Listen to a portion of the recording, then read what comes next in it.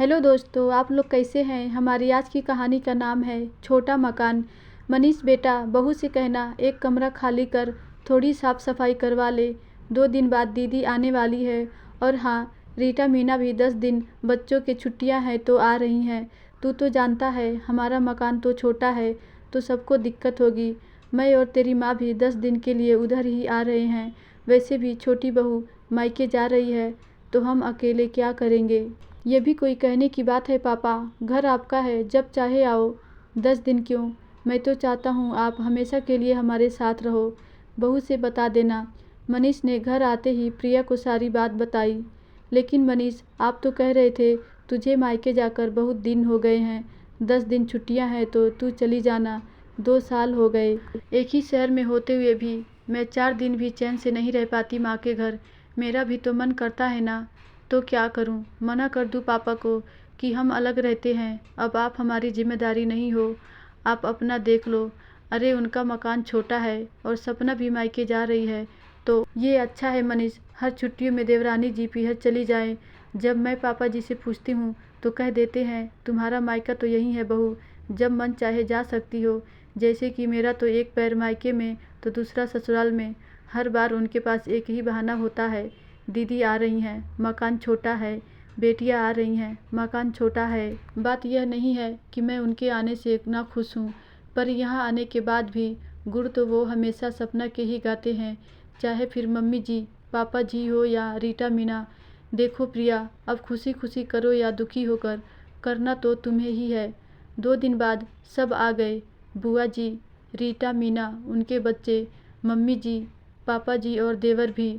अब तो प्रिया को एक पल की भी फुर्सत नहीं थी। सब कमरे में बैठ बातें करते, हंसी मजाक करते, पर प्रिया का दिन तो सबकी फरमाइश पूरी करने में ही चला जाता। कभी बच्चे कहते मामी जी जूस बनाओ तो कभी पास्ता नूडल्स। बच्चे तो बच्चे, बड़ों की भी फरमाइश पूरी नहीं होती। कभी चाय पकौड़े की फरमाइश तो कभी कुछ मीठा खाने की और कभी चटपटा। प्रिया को कुकिंग का बहुत शौक था तो वह कभी मना भी नहीं करती थी। हंसते हंसते दिन भर सबकी फरमाइशें पूरी करती। एक दिन की बात है, सब हॉल में बैठकर बातें कर रहे थे। बुआ जी आई हुई थीं और रविवार का दिन था तो पूरे दिन लोगों का आना जाना लगा रहता था। बातों बातों में बेटा बहू की बात छिड़ी। सब अपने अपने बेटा बहू की तारीफ कर रहे थे तो रमेश जी तपाक से बोले, हम तो अपने छोटे बेटे बहू के साथ रहते हैं, सेवा तो वे करते हैं। यहाँ तो ठीक है, हम कुछ दिनों के लिए मेहमान हैं। बुआ जी को ये बात कुछ हजम नहीं हुई। वे वहाँ आई तब से देख रही थी कि प्रिया अकेली सारा काम कर किस तरह सबको खुश करने में लगी रहती है। उसके चेहरे पर कभी शिकायत के भाव तक नहीं होते।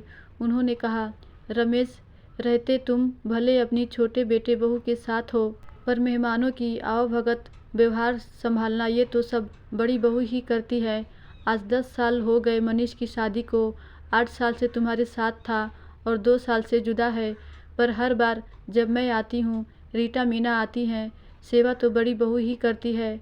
4 साल तो छोटी बहू को आए भी हो गए, पर लगता है नंदो और बुआ जी का नाम सुनते ही मायके भाग जाती है। ऐसी बात नहीं है दीदी, आप तो जानती हो ना दीदी, हमारा मकान छोटा पड़ता है। अरे रमेश, मकान नहीं, इंसान का दिल बड़ा होना चाहिए। और बड़ी बहू को अच्छी होने के लिए किसी के सर्टिफिकेट की ज़रूरत नहीं है।